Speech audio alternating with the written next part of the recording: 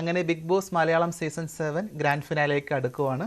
നമ്മളോടൊപ്പം ഇന്ന് അതിഥിയായിട്ട് എത്തുന്നത് ബിഗ് ബോസ് മലയാളം സീസൺ 7 ഉണ്ടായിരുന്ന മത്സരാർത്ഥി കലാഭവൻ സരികയാണ്. സ്വാഗതം സരിക. Thank you. ഒത്തിരി സന്തോഷമുണ്ട്. എടുത്തു പറയേണ്ട ഒരു കാര്യം എന്നുള്ളത്, നമുക്ക് സരികയെ പരിചയമുള്ളത് ഈ പറഞ്ഞ പോലെ മലയാളം ബിഗ് ബോസിൽ ഉണ്ടായിരുന്ന വ്യക്തിക്ക് അപ്പുറത്തേക്ക് മിമിക്രിയിലും റിയാലിറ്റി ഷോയിൽ അല്ലെങ്കിൽ ഈ പറഞ്ഞ പോലെയുള്ള കോമഡി പരിപാടികളിലൊക്കെ തന്നെ, സ്റ്റേജ് പരിപാടിയിലൊക്കെ തന്നെ നിറഞ്ഞു നിന്ന ഒരു സരിക ചേച്ചിയായിരുന്നു. എങ്ങനെ ഉണ്ടായിരുന്നു ആ ലൈഫിൽ നിന്ന് ബിഗ് ബോസിലേക്ക് എത്തുമ്പോൾ? അല്ല, എനിക്ക് സത്യം പറയുകയാണെങ്കിൽ എൻ്റെ അടുത്ത് എല്ലാവരും പറഞ്ഞു. കാരണം നമുക്ക് ഒരുവിധം എല്ലാവരും ഒന്ന് ഫേമസ് ആവാൻ അല്ലെങ്കിൽ കുറെ പ്രോഗ്രാംസ് കിട്ടാനാണ് പൊതുവെ നമ്മൾ ഇങ്ങനൊരു ഒരു വേദി തെരഞ്ഞെടുക്കുന്നത്. അപ്പൊ എൻ്റെ അടുത്ത് എല്ലാവരും ചോദിച്ചു, അത്യാവശ്യം പ്രോഗ്രാം ഉണ്ട്, അത്യാവശ്യം ആൾക്കാർക്ക് അറിയാം, വലിയ കുഴപ്പങ്ങളൊന്നും ഇല്ലാതെ പോയിക്കൊണ്ടിരിക്കുകയാണ്, അപ്പൊ എങ്ങനെയാണ് ഇങ്ങനെ ഒരു വേദി തെരഞ്ഞെടുക്കണം എന്ന് ചോദിച്ചപ്പോ എനിക്ക് ഭയങ്കര നിർബന്ധമായിരുന്നു. കാരണം ഒരിക്കലെങ്കിലും ബിഗ് ബോസ് എന്ന് പറഞ്ഞ ഒരു പ്ലാറ്റ്ഫോമിനെ കുറിച്ച് ഒന്ന് പഠിക്കണം, അതെന്താന്ന് അറിയണം. പക്ഷെ ഞാൻ ആഗ്രഹിച്ചത് അല്ലെങ്കിൽ ഞാൻ വിചാരിച്ചത് എന്താണോ അത് എല്ലാരും ചോദിച്ചു, വിചാരിച്ചതിന്റെ മേലെയാണോ? ഒരിക്കലും അല്ല, വിചാരിച്ചിട്ട് പോയ കാര്യങ്ങൾ തന്നെയാണ് നടന്നത്. ഞാൻ പക്ഷേ ഭയങ്കര ഹാപ്പിയാണ്. ഉറപ്പായിട്ടും എനിക്ക് തോന്നുന്നു കുറച്ച് ദിവസങ്ങളാണെങ്കിൽ പോലും ആ ദിവസങ്ങളിലൊക്കെ തന്നെ സ്ക്രീനിൽ നിറഞ്ഞു നിന്നൊരു വ്യക്തിയായിരുന്നു സരിക എന്നുള്ളത്. ഒരു പക്ഷേ പുറത്തേക്ക് ആ സമയത്ത് ഇറങ്ങാൻ പാടില്ലായിരുന്നു, കുറച്ചുകൂടി ദിവസങ്ങൾ നിൽക്കാൻ യോഗ്യത ഉണ്ടായിരുന്ന ഒരാളായിട്ട് സ്വയം തോന്നിയിട്ടുണ്ടായിരുന്നോ? ഇല്ല, എനിക്ക് സത്യം പറയണെങ്കിൽ ഞാൻ ഇവിടുന്ന് പോകുമ്പോ എന്നോട് എന്റെ വീട്ടുകാർ പറഞ്ഞു, ഒരാഴ്ച അതിൽ കൂടുതൽ നിനക്ക് അവിടെ നിൽക്കാൻ പറ്റൂല എന്ന് പറഞ്ഞു. കാരണം ഞാൻ ഇതുവരെ ഒറ്റയ്ക്ക് ഒരു സ്ഥലത്ത് പ്രോഗ്രാമിനൊന്നും പോയിട്ടില്ല.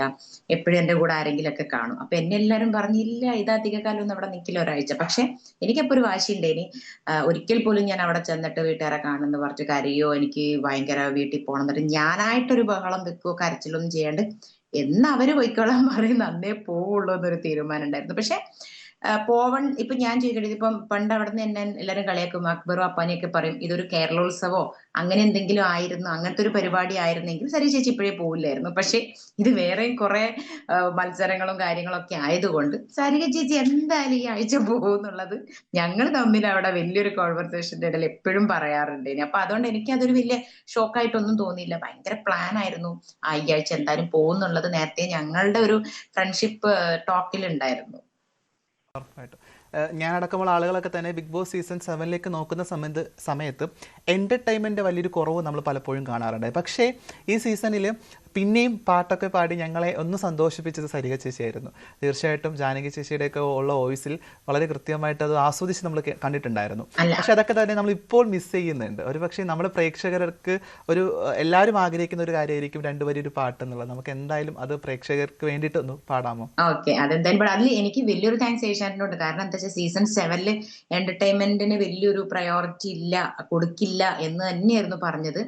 പിന്നെ ഞാനൊരു 60ഓളം പാട്ട് അവിടെ പാടിയിട്ടുണ്ട്. അപ്പൊ അതൊന്നും തീർച്ചയായിട്ടും. പക്ഷെ 60 വന്നിട്ടില്ല. പാട്ടിൽ തന്നെ വളരെ വൈറലായിട്ടുള്ള 2-3 പാട്ടുകൾ ഞങ്ങൾ പ്രേക്ഷകർ കൃത്യമായി തന്നെ കണ്ടു എന്നുള്ളതാണ്. അത് എപ്പിസോഡിലും ഉണ്ടായിരുന്നു, ഇപ്പോഴും ജിയോ ഹോട്ട്സ്റ്റാറിന്റെ അവിടെയും ഉണ്ട് എന്നുള്ളതാണ്. അപ്പൊ ഞാൻ എന്തായാലും ഒരു ഒരു ഞാനൊരു നാടൻ പാട്ട് അവിടെ പാടിയിട്ടുണ്ട്. ഇനി അപ്പൊ അത് ഈ പറഞ്ഞതുപോലെ ഫസ്റ്റ് ഡേ പാടിയിട്ടുണ്ട്. നമ്മൾ എപ്പോഴും പറയാം, നമുക്ക് ഫസ്റ്റ് ചെയ്യണ എല്ലാം ഭയങ്കര മാനസികമായിട്ട് ഭയങ്കര ടച്ചിങ് ആയിരിക്കും. അപ്പൊ ഞങ്ങൾ അവിടെ ചെന്ന് തീർച്ചയായിട്ടും. കഴിഞ്ഞ് ഞങ്ങൾക്ക് ഡ്രസ്സും കാര്യങ്ങളൊന്നും ഇല്ല എന്നൊക്കെ പറഞ്ഞ് ഞങ്ങൾ ആകെ വിഷമിച്ചിരുന്ന സമയത്താണ് ഞങ്ങളെടുത്ത് എല്ലാരും ഒന്ന് ചില്ലാക്കാൻ വേണ്ടി സരി ചേച്ചി ഒരു 4 വരി നാടൻ പാട്ട് പാടുക വെച്ചപ്പോ ഞാൻ പാടിയപ്പം അപ്പൊ ഞങ്ങൾ പരിചയപ്പെട്ട് വരുന്നേ ഉള്ളൂ എല്ലാരും. പക്ഷെ എല്ലാരും ഒരുമിച്ച് പരിചയപ്പെട്ട് ആ പാട്ടോട് കൂടി ഞങ്ങൾ എല്ലാരും ഒന്ന് ക്ലോസ് ആയി. അതുകൊണ്ട് എനിക്ക് എപ്പോഴും ആ പാട്ടാണ് എനിക്ക് ഏറ്റവും പ്രിയപ്പെട്ടത്. അപ്പൊ ഞാൻ ആ ഒരു നാടൻ പാട്ട് പാടാം. ആസ്വദിക്കുന്നതിനപ്പുറത്തേക്ക് ഈ പാട്ട് മുന്നോട്ട് വയ്ക്കുന്ന ഒരു ആശയം കൂടെ ഉണ്ട്, ഒരു സാഹോദര്യമുണ്ട്. അതെ, നമ്മൾ നമ്മളെ മാത്രമല്ല ഇഷ്ടപ്പെടേണ്ടത്, നമ്മുടെ ചുറ്റുമുള്ള മനുഷ്യരൊക്കെ തന്നെ നമ്മൾ ഇഷ്ടപ്പെടണം. അത് പറഞ്ഞപ്പോഴാണ് ഞാൻ എടുത്ത് ഓർക്കുന്ന മറ്റൊരു സെൻസിറ്റീവ് ആയിട്ടുള്ള ഒരു സീൻ എന്നുള്ളത്, അവിടെ ഉണ്ടായിരുന്ന നിങ്ങളുടെ കൂടെ ഉണ്ടായിരുന്ന മത്സരാർത്ഥിയായിട്ടുള്ള ആദിലയുടെയും നൂറയുടെയും പ്രണയത്തെ സരിക നോക്കിക്കണ്ടിരുന്നത് ഇത്രയും ബ്യൂട്ടിഫുൾ ആയിരുന്നു എന്ന് ചോദിച്ചുകൊണ്ടാണ് അല്ലേ? അതെ, അതെ. ഇത്രയും ബ്യൂട്ടിഫുൾ ആയിട്ട് ആ വിഷയത്തെ കാണാൻ സാധിക്കാം. പ്രത്യേകിച്ച് ഈ വിഷയമായിട്ട് വലിയ അടുപ്പമില്ലാത്ത ഒരാളാണ് സരിക. ഈ വിഷയത്തെ പറ്റി കൃത്യമായിട്ടൊന്നും നമുക്കൊന്നും ഒരു പക്ഷേ എഡ്യൂക്കേഷൻ ഉണ്ടാവണമെന്ന് ഒരു നിർബന്ധമില്ല. പക്ഷേ ഇത് നോക്കിക്കണ്ട സമയത്തായിരുന്നു അത്രയും സൗന്ദര്യം ആ പ്രണയത്തിനുണ്ടായിരുന്നു എന്ന് മനസ്സിലാക്കിയത് അല്ലേ? അതെ, എങ്ങനെ ഉണ്ടായിരുന്നു അവരുടെ റിലേഷൻഷിപ്പിനെ പറ്റി? അതാ ഞാൻ പറയാം. എനിക്ക് സത്യം പറയണെങ്കിൽ ഞാൻ പറഞ്ഞില്ലേ, ഇപ്പം ഞാൻ അവിടെ ചെല്ലുന്നതിന് മുന്നേ തന്നെ അതിലെ നൂറ ഉണ്ട് എന്നൊക്കെ പറഞ്ഞപ്പോ ഞാൻ അയ്യോ ഊരുണ്ടോ, അയ്യോ എനിക്കത് അംഗീകരിക്കാൻ പറ്റുമോ, അല്ലെ ഞാൻ അവരെ എങ്ങനെ, എനിക്ക് ഭയങ്കര ബുദ്ധിമുട്ടായിരുന്നു. പിന്നെ അതിൽ എല്ലാരെയും വിളിച്ച് എന്താ പറയാ, യൂട്യൂബ് ഇങ്ങനെ നോക്കിയിട്ട് ഓരോ കമന്റിനും മറുപടി കൊടുക്കും. അപ്പൊ അങ്ങനെയൊക്കെ കണ്ടപ്പോ എനിക്ക് ഭയങ്കരമായിട്ട് ഒരു നെഗറ്റീവ് അടിച്ച ആൾക്കാരായിരുന്നു. പക്ഷെ ഞാൻ ചെന്നപ്പോഴത്തേക്കും എനിക്ക് ഭയങ്കരമായിട്ട് അത്ഭുതം തോന്നിയ ഒരു സ്നേഹബന്ധമാണ് ആദ്യം എന്റെ ലൈഫിൽ ഞാൻ ആദ്യമായിട്ട് കാണുകയാണ്. പക്ഷെ ആ കണ്ടപ്പോ എനിക്ക് ഒരിക്കൽ പോലും ഒരു നെഗറ്റീവ് അടിച്ചിട്ടില്ല. പക്ഷെ ഞാൻ ഇവരെ സപ്പോർട്ട് ചെയ്തതിന്റെ പേരിൽ എനിക്ക് യൂട്യൂബിൽ നിന്നും ഏതൊക്കെയോ മൊയിലിയാരൊക്കെ എന്നെ പൊളിപ്പിയ ചീത്ത വിളിച്ചിട്ടുണ്ട്.